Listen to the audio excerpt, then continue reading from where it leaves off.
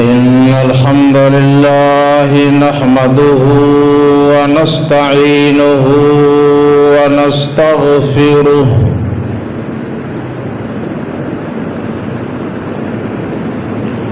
ونعوذ بالله من شرور أنفسنا ومن سيئات أعمالنا من يهده الله فلا مضل له ومن يضلله فلا هادي له وأشهد أن لا إله إلا الله وحده لا شريك له وأشهد أن محمدًا عبده ورسوله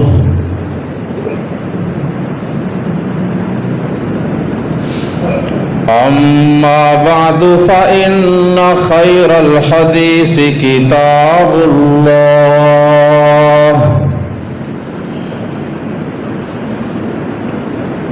وخير الهدي هدي محمد صلى الله عليه وآله وسلم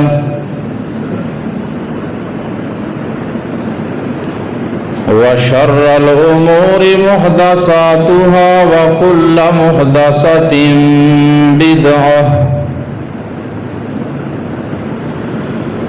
وكل بدعة ضلالة وكل ضلالة في النار.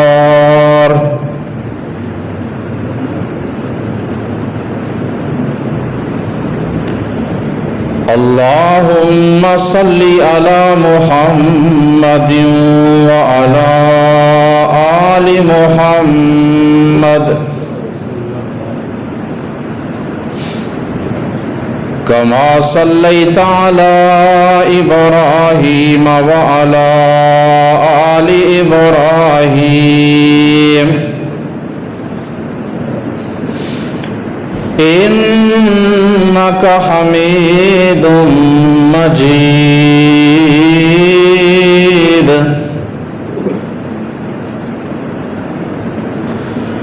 اللهم بارك على محمد وعلى آل محمد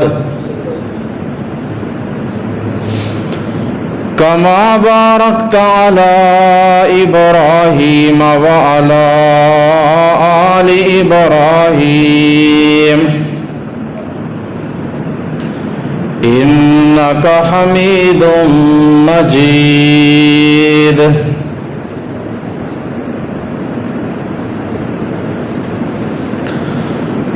رب اشرح لي صدري ويسر لي أمري واحلل عقدة من لساني يفقه قولي. رب زدني علما.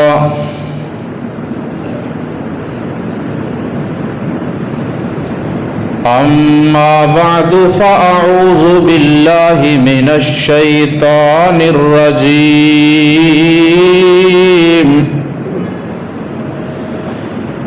بسم الله الرحمن الرحيم.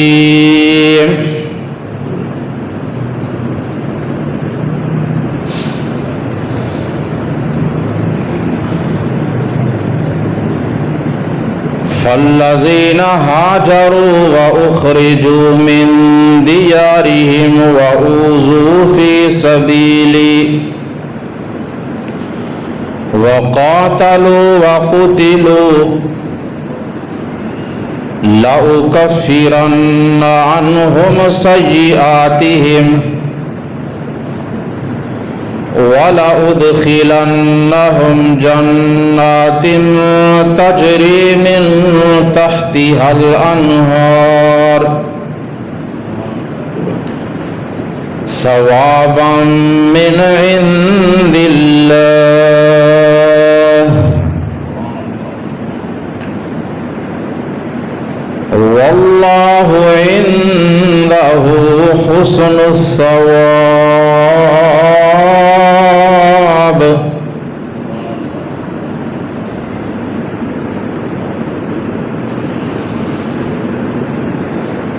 وہ لوگ جنہوں نے ہجرت کی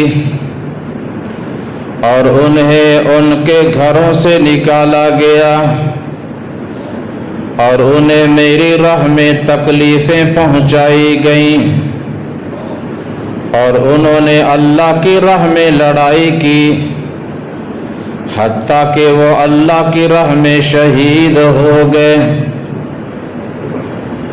میں ضرور ان کی غلطیوں کو معاف کر دوں گا اور ضرور انہیں ان باغات میں داخل کروں گا جن کے نیچے نہریں چلتی ہیں، یہ ان کا اجر ہے اللہ کے پاس سے، اور یقیناً اللہ کے پاس بہترین اجر و ثواب ہے۔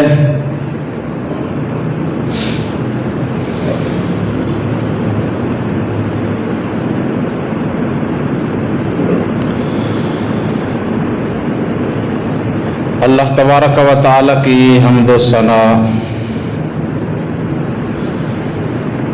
اور نبی اکرم صلی اللہ علیہ وآلہ وسلم کی ذات اقدس پہ درود و سلام کے بعد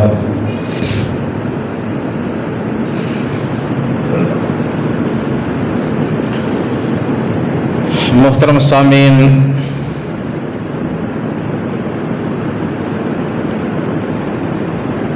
اس وقت میں نے قرآن کریم کی جو آیہ مبارکہ تلاوت کی ہے اس کے ترجمہ سے آپ کو اندازہ ہو چکا ہوگا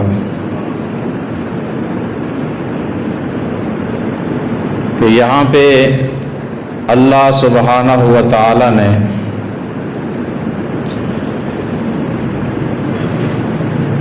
ان لوگوں کی عظمت بیان فرمائی ہے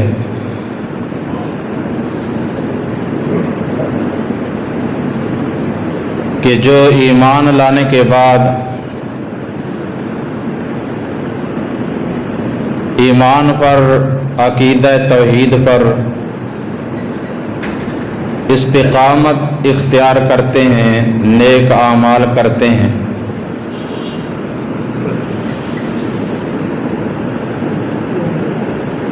اور پھر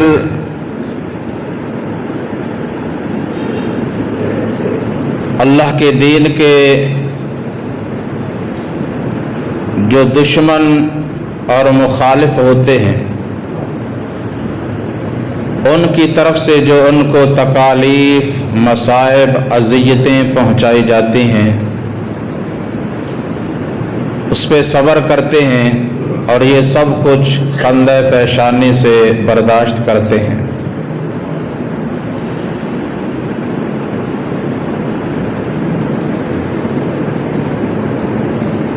اور اگر اللہ کے دین کی خاطر انہیں اپنا وطن چھوڑنا پڑے، چھوڑ دیتے ہیں، ہجرت کر جاتے ہیں،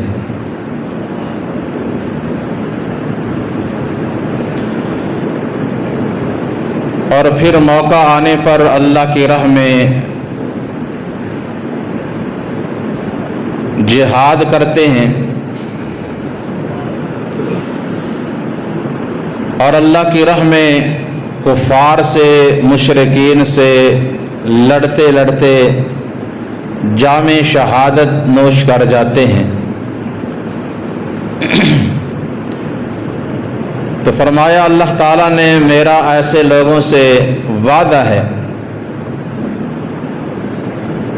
کہ میں ان کی تمام غلطیوں، خطاؤں، گناہوں کو معاف کر کے انہیں جنت کے ان باغات میں داخل کر دوں گا جن کے اندر نہریں چلتی ہیں۔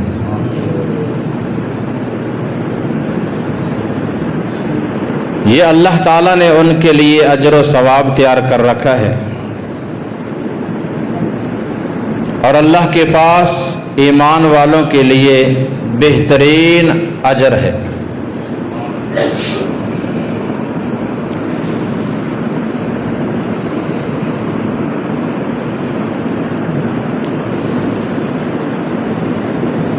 قرآن کریم کی یہ آیت اور اس طرح کی اور سینکڑوں آیات جن کا مصداق سر فہرست نبی اکرم صلی اللہ علیہ وسلم اور آپ کے اصحاب کرام ہیں رضوان اللہ تعالی علیہم اجمعین۔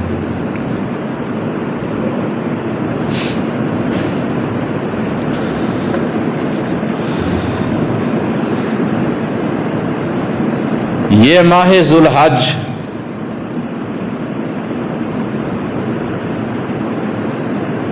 جس میں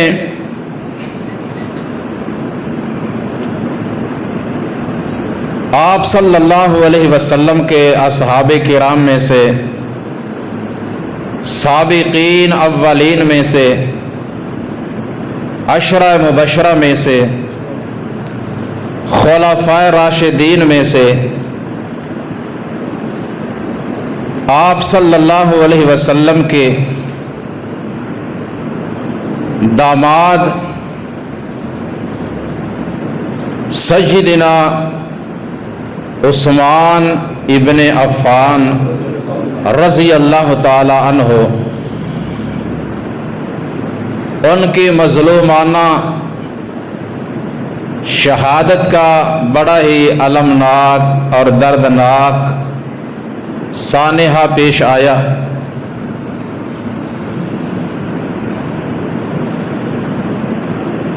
ماہ ذوالحج کی 18 تاریخ کو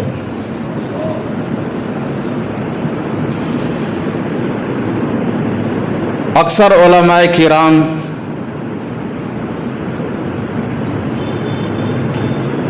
ان دنوں میں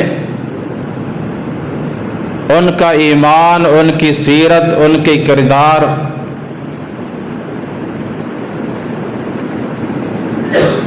اور ان کے عظیم کارنامے اور پھر ان کی المناک شہادت کو بیان کرتے ہیں۔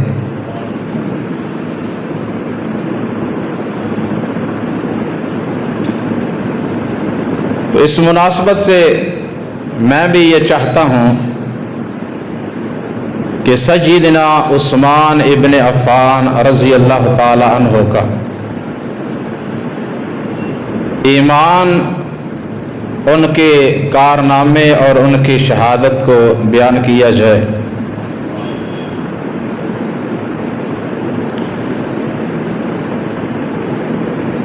اللہ تعالیٰ مجھے صحیح بیان کرنے کی اور ہمیں انبیاء علیہم الصلاۃ والسلام اور صحابہ کرام رضوان اللہ تعالی علیہم اجمعین کے نقش قدم پہ چلنے کی توفیق عطا فرمائے۔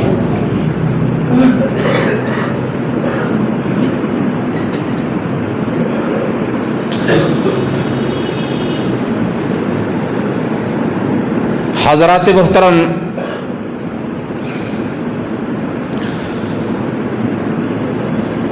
سیدنا عثمان رضی اللہ تعالی عنہ سابقین اولین میں سے ہیں، یعنی ان اصحاب کرام میں سے جنہوں نے ایمان قبول کرنے میں، ہجرت میں، جہاد میں اور دیگر شرعی کاموں میں سبقت کی، پہل کی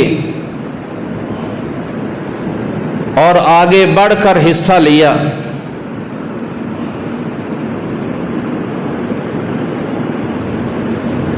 تو جنہوں نے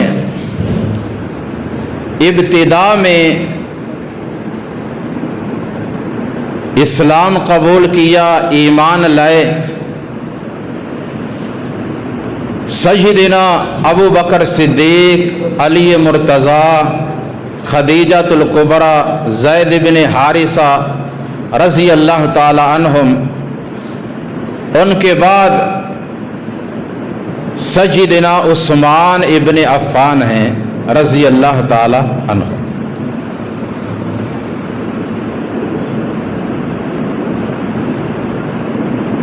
جو کہ حضرت ابو بکر صدیق رضی اللہ تعالی عنہ کی دعوت پر ایمان لائے۔ صدیق اکبر رضی اللہ تعالی عنہ مکہ میں ایک بڑے تاجر تھے، اور اسی طرح حضرت عثمان بھی رضی اللہ تعالی عنہ، دونوں کا آپس میں دوستانہ تھا، گہرے تعلقات تھے۔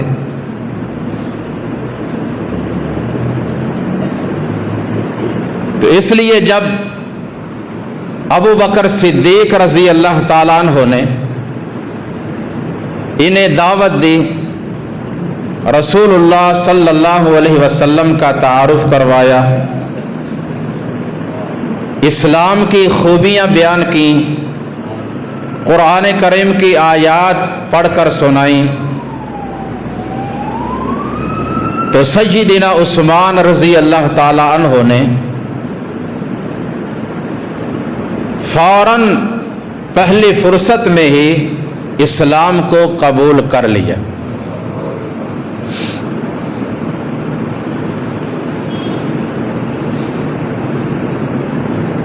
اور اس کے بعد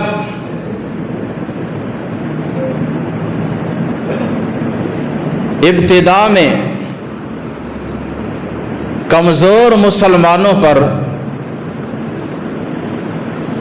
مشرکین کی طرف سے جو ظلم و ستم کے پہاڑ توڑے گئے اور انہیں اذیتیں پہنچائی گئیں، ان میں حضرت عثمان بھی ہیں رضی اللہ تعالی عنہ۔ حتیٰ کہ ان کو ان کے سکے باپ نے رسی سے باندھ دیا اور جلنے والی آگ کی اس طرف ڈال دیا جس طرف بہت زیادہ دھواں جا رہا تھا، اور کافی دیر تک یہ آگ کی حرارت اور آگ سے نکلنے والے دھوئیں کو برداشت کرتے رہے۔ یہ کوئی معمولی سزا نہیں، بہت بڑی سزا ہے۔ اور باپ یہ کہتا رہا کہ عثمان، تجھے اسی طرح یہاں رکھا جائے گا، یہ سزا دی جائے گی جب تک تو محمد صلی اللہ علیہ وسلم کے دین کو چھوڑ کر اپنے آبائی دین کی طرف پلٹ نہ آئے۔ تو جواب میں کہا، ابا جان،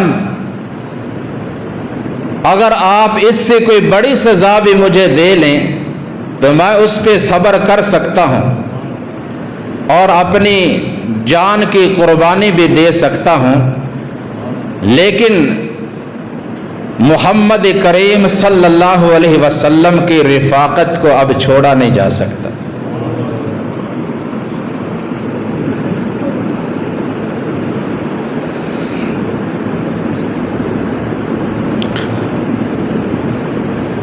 اور پھر پھر مکہ المکرمہ میں ہی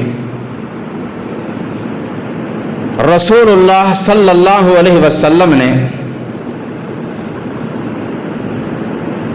اپنی 2 بیٹیوں کا نکاح کیا مکہ میں، اور 2 بیٹیوں کا ہجرت کے بعد مدینہ میں۔ آپ صلی اللہ علیہ وسلم کی 4 بیٹیاں تھیں۔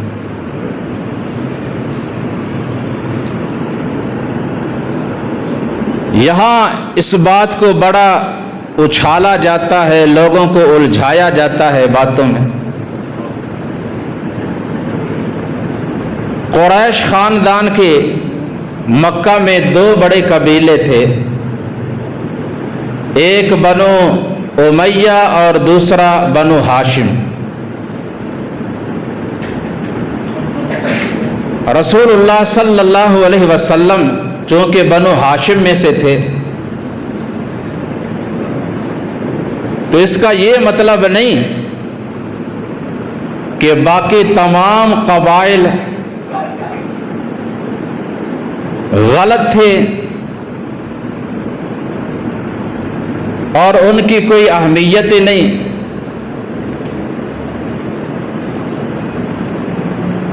اصل چیز ایمان اور تقوی ہے۔ خواہ کوئی کسی خاندان میں سے ہو، کسی بھی قبیلہ میں سے ہو، اگر ایمان اور تقوی ہے تو اللہ کے نزدیک اس کی عزت ہے، وقار ہے۔ اگر ایمان نہیں، اعمال نہیں، تو ہاشمی ہی کیوں نہ ہو، سید گھرانے سے تعلق رکھنے والا بھی کیوں نہ ہو، اللہ کے نزدیک اس کی کوئی قدر نہیں۔ اللہ تعالیٰ نے یہ واضح اور صاف الفاظ میں فرما دیا، یا ایھا الناس انا خلقناکم من ذکر وانثی وجعلناکم شعوبا وقبائل لتعارفوا ان اکرمکم عند اللہ اتقاکم ان اللہ علیم خبیر۔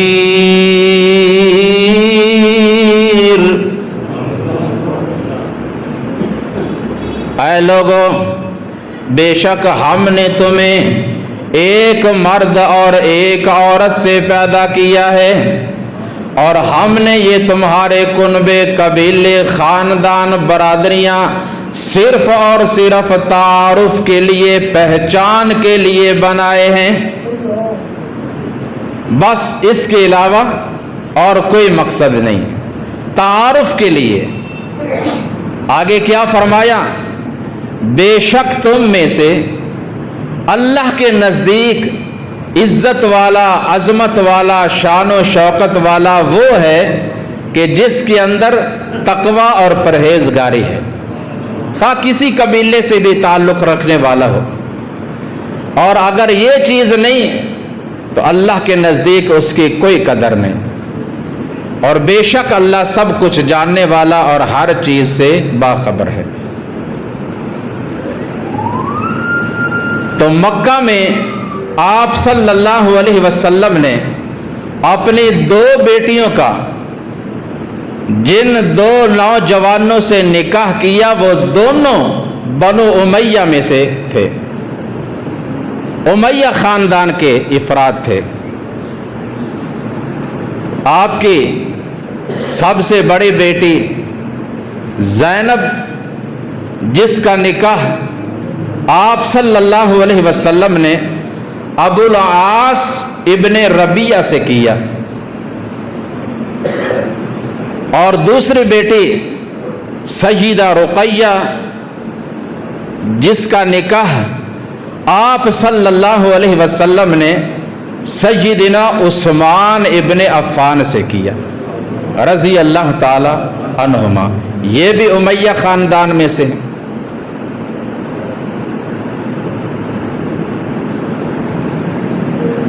تو آپ صلی اللہ علیہ وسلم نے جب دیکھا کہ مکہ کے اندر مسلمانوں کے لیے حالات سنگین ہو چکے ہیں، مخالفین مشرکین ان پہ جبر کر رہے ہیں، ظلم و ستم کی انتہا کر رہے ہیں، تو آپ صلی اللہ علیہ وسلم نے اپنے صحابہ کرام کو یہ حکم دے دیا کہ یہاں مکہ سے ہجرت کر کے حبشہ کی طرف چلے جاؤ۔ مسلمان ہجرت کر کے حبشہ کی جانب جا رہے ہیں۔ ان مہاجرین میں آپ صلی اللہ علیہ وسلم کے یہ داماد عثمان ابن عفان اور آپ کی لخت جگر آپ کی بیٹی سیدہ رقیہ رضی اللہ تعالی عنہا بھی ہیں۔ آپ صلی اللہ علیہ وسلم نے ان دونوں کو خود مکہ سے کچھ فاصلے پہ آگے جا کر الوداع کیا، رخصت کیا۔ یہ دونوں جا رہے ہیں اور آپ صلی اللہ علیہ وسلم پیچھے سے دیکھ کر فرما رہے ہیں کیا کہ حضرت ابراہیم اور ان کی بیوی سارہ رضی اللہ تعالی عنہا، ابراہیم علیہ السلام اور سارہ رضی اللہ تعالی عنہا، ان کے بعد خاندان نبوت کا یہ پہلا گھرانہ ہے، یہ پہلا جوڑا ہے جو اللہ کی راہ میں ہجرت کر کے وطن چھوڑ کر جا رہا ہے، وہ بھی حق پر، یہ بھی حق پر، وہ بھی ایمان والے، یہ بھی ایمان والے، انہوں نے بھی اللہ کی راہ میں وطن چھوڑا، یہ بھی اللہ کی راہ میں وطن چھوڑ کر جا رہے ہیں۔ آپ صلی اللہ علیہ وسلم پرنم آنکھوں سے ان کو الوداع کر رہے ہیں اور دیکھ رہے ہیں۔ اور پھر جب حبشہ میں یہ افواہ پہنچی کہ قریش مکہ کے اکابرین ایمان لے آئے ہیں، انہوں نے محمد صلی اللہ علیہ وسلم کا دین قبول کر لیا ہے، تو چند مہاجرین حبشہ سے مکہ میں واپس آ گئے، اور ان میں سیدنا عثمان رضی اللہ تعالی عنہ اور آپ کی بیٹی سیدہ رقیہ رضی اللہ تعالی عنہا بھی ہیں جو واپس آ گئے۔ لیکن یہاں آ کر پتہ چلا کہ یہ جھوٹی افواہ تھی، جن کے بارے میں ہمیں بتایا گیا ہے نا، وہ ایمان نہیں لائے۔ بہرحال قریش نے، مشرکین نے مزید سختیاں کی، اور ان مسلمانوں نے یہ سب کچھ اللہ کی رضامندی حاصل کرنے کے لیے برداشت کیا اور اس پہ صبر کیا۔ انہی کے بارے میں اللہ فرما رہے ہیں نا، فَالَّذِينَ هَاجَرُوا وَأُخْرِجُوا مِن دِيَارِهِمْ وَأُوذُوا فِي سَبِيلِي وَقَاتَلُوا وَقُتِلُوا لَأُكَفِّرَنَّ عَنْهُمْ سَيِّئَاتِهِمْ وَلَأُدْخِلَنَّهُمْ جَنَّاتٍ تَجْرِي مِن تَحْتِهَا الْأَنْهَارُ ثوابا من عند اللہ واللہ عنده حسن الثواب۔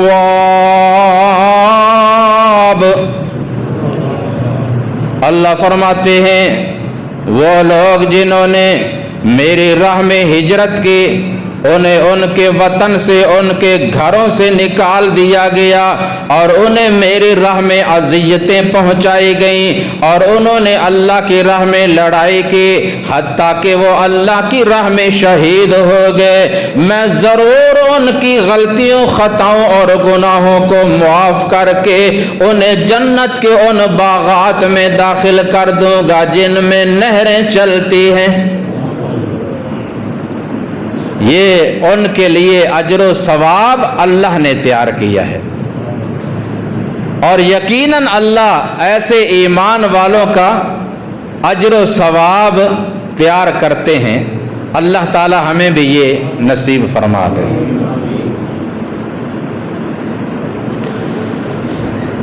آپ صلی اللہ علیہ وسلم نے جب دیکھا کہ حالات مزید خراب ہو رہے ہیں، مسلمانوں پہ سختیاں مزید کی جا رہی ہیں، آپ صلی اللہ علیہ وسلم نے دوبارہ حکم دے دیا اب مکہ سے ہجرت کر کے مدینہ المنورہ میں چلے جاؤ۔ تو سیدنا عثمان ابن عفان، سیدہ رقیہ رضی اللہ تعالی عنہما، دونوں نے پھر مکہ سے مدینہ کی طرف ہجرت کی، اور کئی لحاظ سے سیدنا عثمان رضی اللہ تعالیٰ عنہ کو یہ اعزاز حاصل ہے کہ کئی معاملات میں ان کا دگنا عمل ہے اور اللہ کے نزدیک اجر بھی ان کے لیے دگنا ہے۔ اللہ کی راہ میں ہجرت کی 2 مرتبہ، پہلی دفعہ مکہ سے حبشہ کی جانب اور دوسری مرتبہ مکہ سے مدینہ کی جانب۔ اور سیدنا عثمان رضی اللہ تعالی عنہ وہ عظیم ہستی ہیں کہ جن کے عقد میں رسول اللہ صلی اللہ علیہ وسلم کی 2 بیٹیاں ہیں، ایک سیدہ رقیہ اور دوسری سیدہ ام کلثوم۔ یہ اعزاز پوری کائنات میں کسی بھی امتی کو حاصل نہیں کہ کسی بھی نبی کی اس کی عقد میں یکے بعد دیگرے 2 بیٹیاں آئی ہوں۔ یہ واحد انسان ہیں عثمان ابن عفان رضی اللہ تعالی عنہ کہ جن کی عقد میں محمد کریم صلی اللہ علیہ وسلم کی یکے بعد 2 بیٹیاں آئیں۔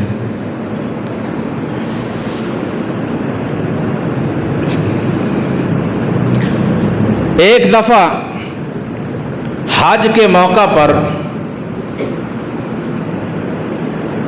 ایک مصر سے آئے ہوئے آدمی نے لوگوں سے پوچھا کہ یہاں تمہارے اندر سب سے بڑا عالم کون ہے؟ میں ان سے کچھ سوالات کرنا چاہتا ہوں، مجھے کسی کے بارے میں بتاؤ کہ وہ مجھے صحیح جواب دے دے تاکہ میں مطمئن ہو جاؤں۔ لوگوں نے بتایا کہ اس وقت مسلمانوں میں سے جو بہت بڑے عالم ہیں وہ ہیں عبداللہ ابن عمر۔ کون؟ عبداللہ بن عمر رضی اللہ تعالی عنہما۔ حدیث صحیح بخاری کی۔ آئے سیدنا عبداللہ ابن عمر رضی اللہ تعالی عنہ کے سامنے بیٹھ گئے، سوال کیے، کہا میرے کچھ سوالات ہیں ان کا صحیح جواب دے دیں۔ پوچھا بتائیے، پوچھئے کون سے سوالات ہیں؟ کہا میرا پہلا سوال یہ ہے کہ میں نے لوگوں سے سنا ہے عثمان رضی اللہ تعالی عنہ غزوہ بدر میں شامل نہیں ہوئے، کیا یہ درست ہے کہ وہ غزوہ بدر میں نہیں تھے؟ قال نعم، عبداللہ ابن عمر فرمانے لگے ہاں نہیں تھے۔ دوسرا سوال، میں نے سنا ہے کہ عثمان غزوہ احد میں ان لوگوں میں سے تھے کہ جو میدان چھوڑ کر بھاگ گئے تھے۔ کہا ٹھیک ہے، آگے پوچھیے۔ تیسرا سوال یہ ہے کہ جن لوگوں نے مقام حدیبیہ پر رسول اللہ صلی اللہ علیہ وسلم کے ہاتھ پہ بیعت کی تھی، ان میں عثمان نہیں تھے؟ فرمایا ہاں یہ بھی درست ہے۔ وہ بڑا خوش ہوا کہ میں نے جو سنا ہے ٹھیک سنا ہے۔ سیدنا عبداللہ ابن عمر رضی اللہ تعالی عنہ فرمانے لگے اب ذرا آگے آئیے، میرے قریب بیٹھیے اور میں آپ کو ان تینوں باتوں کی اصل حقیقت بتاتا ہوں۔ وہ آگے بڑھا، فرما کہ لوگ جو ہے نا وہ پوری بات نہیں بتاتے، بات کا تھوڑا سا حصہ بتا کر اس کا اگلا حصہ جو ہے وہ چھوڑ دیتے ہیں، پوری بات نہیں بتاتے، اور لوگ جو ہیں غلط فہمیوں کا شکار ہو جاتے ہیں۔ اکثر صحابہ کرام اور تابعین رضوان اللہ تعالی علیہم اجمعین کے بارے میں یہی کچھ کیا جاتا ہے، بات پوری نہیں بیان کی جاتی، نہ لوگوں کو بتائی جاتی ہے، اور شوشے چھوڑے جاتے ہیں، لوگوں کو غلط فہمیوں میں مبتلا کیا جاتا ہے۔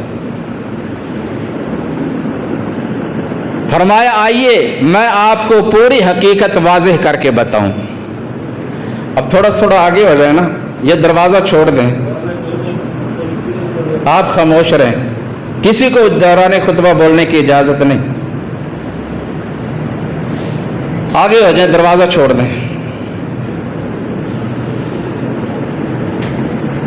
سیدنا عبداللہ ابن عمر رضی اللہ تعالیٰ عنہ فرماتے ہیں پہلی بات کہ حضرت عثمان رضی اللہ تعالیٰ عنہ غزوہ بدر میں نہیں تھے۔ اس کی وجہ کیا تھی؟ فرمایا کہ اس وقت رسول اللہ صلی اللہ علیہ وسلم کی بیٹی رقیہ رضی اللہ تعالی عنہا بیمار تھیں اور شدید بیمار تھیں، تو رسول اللہ صلی اللہ علیہ وسلم نے اپنے داماد عثمان رضی اللہ تعالیٰ عنہ کو خود حکم دیا کہ آپ اپنے گھر میں رہ کر اپنی اہلیہ کی نگہداشت کریں، دیکھ بھال کریں، تیمارداری کریں، ان کا خیال کریں، آپ میدان بدر میں نہ آئیں، لیکن میں اللہ کی طرف سے وعدہ کرتا ہوں کہ اللہ تبارک و تعالی آپ کو ان لوگوں کے برابر اجر عطا فرما دیں گے جو میدان بدر میں آ کر جہاد کریں گے، اور مال غنیمت میں بھی آپ کا باقاعدہ ان سب کے برابر حصہ ہوگا۔ تو اس لیے عثمان رضی اللہ تعالیٰ عنہ اگرچہ گھر میں تھے، میدان میں نہیں آئے، اللہ تعالیٰ نے تمام مجاہدین کے برابر ان کو اجر و ثواب بھی عطا کیا، اور رسول اللہ صلی اللہ علیہ وسلم نے مال غنیمت تقسیم کرتے وقت ان کا حصہ بھی نکالا۔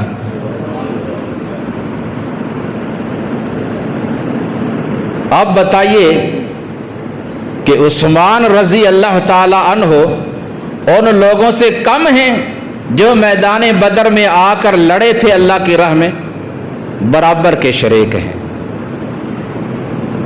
دوسری بات کہ غزوہ احد میں جب مشرکین نے آ کر دوبارہ حملہ کیا تھا، اچانک جب یہ مسلمان مجاہدین مال غنیمت اکٹھا کرنے میں مصروف تھے، انہوں نے اچانک آ کر حملہ کیا، افراتفری مچ گئی۔ انسان تھے، بتقاضۂ بشریت ایسا ہو جاتا ہے، لیکن اللہ تعالی نے ان سب کے بارے میں اعلان فرما دیا۔ کیا اعلان؟ وَلَقَدْ عَفَا اللَّهُ عَنْهُمْ إِنَّ اللَّهَ غَفُورٌ رَحِيمٌ۔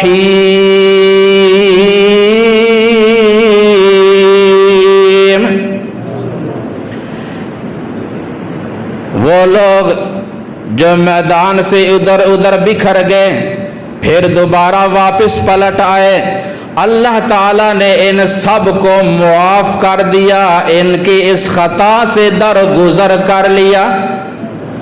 وَلَقَدْ عَفَا اللَّهُ عَنْهُمْ، اللہ تعالیٰ نے ان سب کو معاف کر دیا، اس لیے کہ وَاللَّهُ ذُو فَضْلٍ عَلَى الْمُؤْمِنِينَ،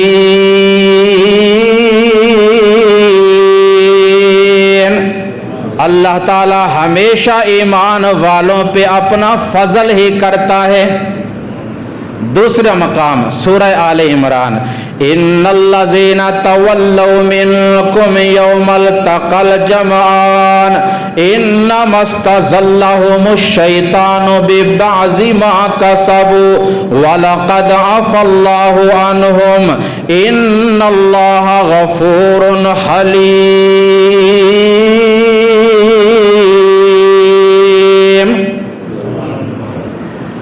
اللہ تعالیٰ نے دو مرتبہ فرمایا کہ اللہ تعالیٰ نے ان سب کو معاف کر دیا، بے شک اللہ بخشنے والا اور بڑا ہی حوصلے والا بردبار ہے۔ بتایا کیا؟ سمجھایا کیا؟ کہ جب اللہ نے ان کو معاف کر دیا، ان پہ اپنا فضل فرما دیا، تو اب کسی کو کوئی حق حاصل نہیں کہ ان صحابہ کرام پہ تبصرہ کرے، جرح کرے، تنقید کرے۔ وہ اللہ جس کی راہ میں یہ نکلے تھے، میدان میں آئے تھے، لڑے تھے، اور وہ پیغمبر صلی اللہ علیہ وسلم جن کی قیادت میں یہ آئے تھے، انہوں نے بھی معاف کر دیا، اللہ نے بھی معاف کر دیا، اور جن کا انہوں نے کچھ بگاڑا ہی نہیں، ان کو کیا تکلیف ہے کہ ان پہ تبصرہ کریں، جرح کریں؟ کسی کو کوئی حق حاصل نہیں۔ رسول اللہ صلی اللہ علیہ وسلم کو اللہ کریم نے فرمایا فاعف عنہم واستغفر لہم وشاورہم فی الامر فاذا عزمت فتوکل علی اللہ ان اللہ یحب المتوکلین۔ اے محبوب صلی اللہ علیہ وسلم، میں نے ان سب کو معاف کر دیا ہے، فاعف عنہم، آپ بھی ان کو معاف کر دیں اور ان سے درگزر کر لیں۔ واستغفر لہم، اور آپ آئندہ بھی ان کے لیے بخشش مانگتے رہیں۔ وشاورہم فی الامر، اور جب بھی کوئی کام کرنا ہو ان سے مشورہ لیا کریں۔ یہ اللہ نے حکم دیا اپنے محبوب پیغمبر علیہ السلام کو۔ تو سیدنا عبداللہ ابن عمر رضی اللہ تعالیٰ عنہ نے ان کو بتا دیا کہ عثمان رضی اللہ تعالیٰ عنہ اور ان کے جتنے بھی ساتھی تھے، ان سب کو اللہ تعالیٰ نے اس خطا سے معاف کر دیا ہے۔ تیسری بات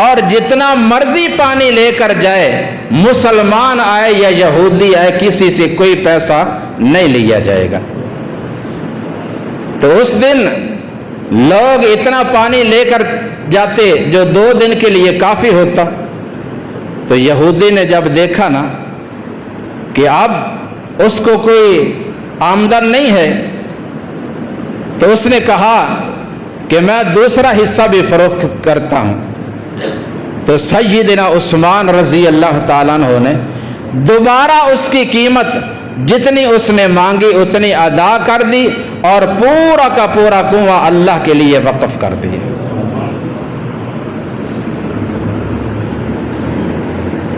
یہ ہے حضرت عثمان رضی اللہ تعالیٰ عنہ کی سخاوت کا عالم۔ اللہ اکبر! اللہ کی راہ میں بڑھ چڑھ کر مال خرچ کرنے والے، آپ کی سخاوت کی بے مثال اور بہت سی مثالیں ہیں۔ اسی طرح آپ کے شرم و حیا کا عالم، صحیح بخاری کی حدیث ام المؤمنین سیدہ عائشہ رضی اللہ تعالی عنہا بیان کرتی ہیں، ایک دفعہ نبی علیہ الصلاۃ والسلام میرے حجرہ میں لیٹے ہوئے ہیں، میرے والد گرامی ابو بکر صدیق رضی اللہ تعالیٰ عنہ تشریف لائے، اجازت مانگی، آپ نے اندر بلایا، آپ اسی حالت میں لیٹے رہے، اور آپ کا کپڑا آپ کی پنڈلی مبارک سے اٹھا ہوا تھا، آپ اسی حالت میں رہے۔ عمر فاروق آئے، اجازت مانگی، آپ نے بلا لیا، اسی حالت میں رہے۔ تیسری مرتبہ عثمان آئے، اجازت مانگی، آپ نے بلایا تو آپ اٹھ کر بیٹھ گئے اور کپڑا پنڈلی پہ ڈال لیا۔ جب تینوں اٹھ کر واپس گئے، میں نے کہا یا رسول اللہ صلی اللہ علیہ وسلم، میرے باپ ابو بکر آئے، آپ اسی حالت میں رہے، عمر فاروق آئے، آپ اسی حالت میں رہے، جب عثمان آئے آپ اٹھ کر بیٹھ گئے، اس کی وجہ کیا ہے؟ تو آپ صلی اللہ علیہ وسلم نے جو جملہ ارشاد فرمایا تھا، الفاظ سنیے، آپ نے فرمایا الا استحیی من رجل یستحیی منہ الملائکہ،